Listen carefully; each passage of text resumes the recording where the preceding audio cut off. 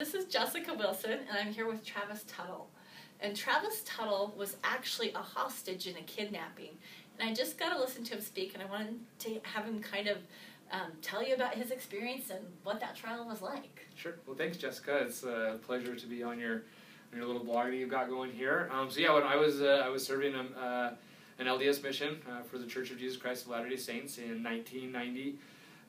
96 to 98, and I was in Russia March of 98, and we were kidnapped by two Russians that were after $300,000 from the LDS Church, and they held us at gunpoint for a week while they tried to negotiate with the church and the American government and the Russian government and everybody else involved. And at the end of the day, they realized they weren't going to be able to get their money, and so they thought if they took us out and dumped us in a field and got rid of us, that they would be able to get away with it. Well, I can't imagine how scary that would be. And he spoke tonight to a group of, what would you say, there are probably 1,200 people here. We're all singles. It's a singles conference. And Travis talked about this experience and kind of comparing it to, like, everyone's going through a trial, and everyone has a trial. Everyone out there is going through something, you know, and it doesn't matter what your religion is or where you live, you've got a trial. And kind of give me your take on that. Well, I mean, I'm a firm believer that that bad things happen to good people every day, and when these bad things happen to us, it's really how do we handle it? Do we let what's happened to us, whether it's a death in the family, whether it's something tragic, whether it's a divorce, whether it's you know instantly become a widow, all of these things that we never planned for?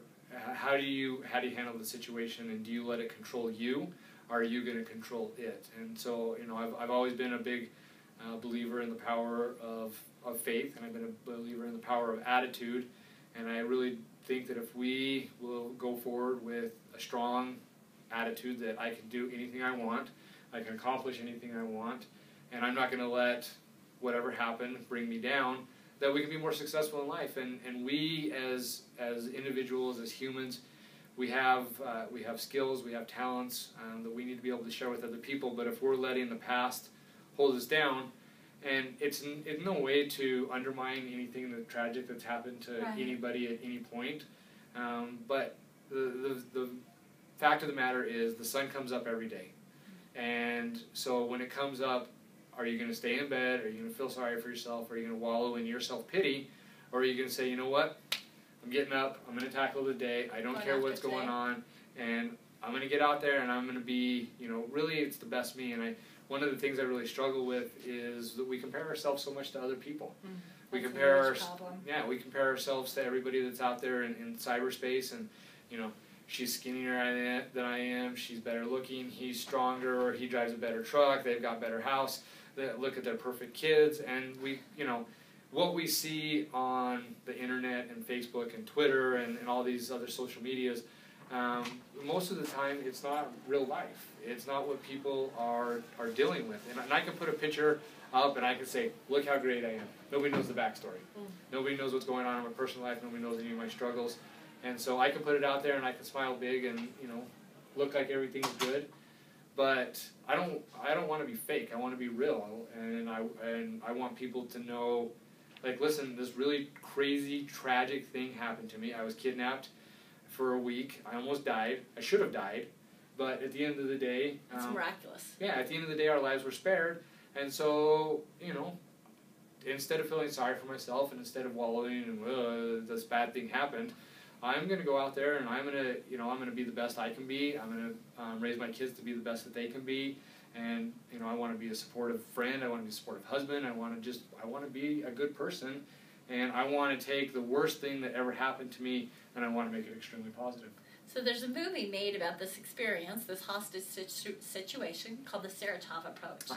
What I love is, I mean, even as he's talking about, like, you know, their eyes being covered with, you know, the masking tape and not being able to breathe and all these different things they went through, he talked about him and the individual he was a hostage with.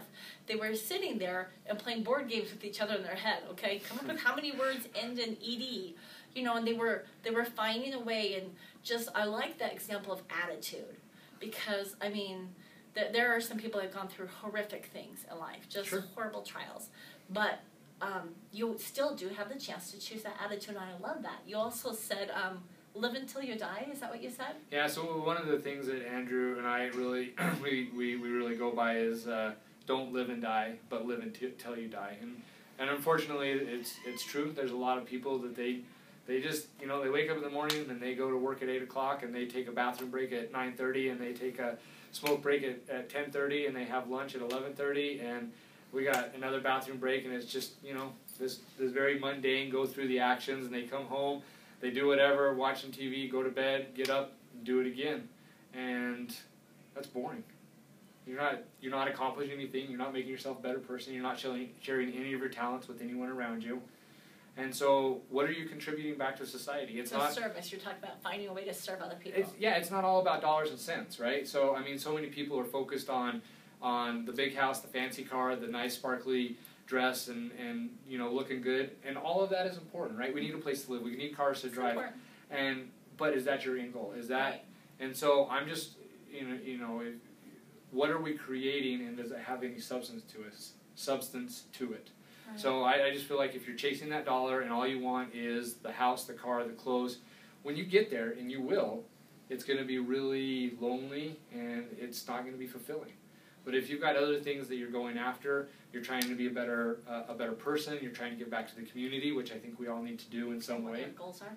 And what are your life goals, and what's your vision for life? If you're following a roadmap and you're trying to get somewhere and it's not just things, but you want to help people be better, you want to help people reach higher goals, then you've got some substance behind it. And when you get to the fancy house and the shiny cars and the other things, you have stuff to share. You have people to share it with. And I believe that there's so many people in the world that have the things, the houses, the cars, endless amounts of money, and they are more miserable than the guy that's, you know, scraping week to week trying to make a go of it, because there's no substance behind it, and they have no friends, and they don't have anybody to share it with. Well, what I like about what you said about service is when I'm really struggling, when life is hard, if I can go out, you know, like with a health problem, you know, I've got a friend that has MS, and he goes and does certain things every day. He goes, I'm going to have MS and be sick at home. I'm going to have MS and be sick and go help somebody. You know, and it's such an attitude. He really inspires me, you know, because he's just out there doing it. He's finding a way to lighten another's load, and it makes things easier. So I just want to thank Travis. Encourage you to see the movie he's in, the Saratov approach. And I appreciate your example. Absolutely. Thank you so much for your time today. Appreciate it.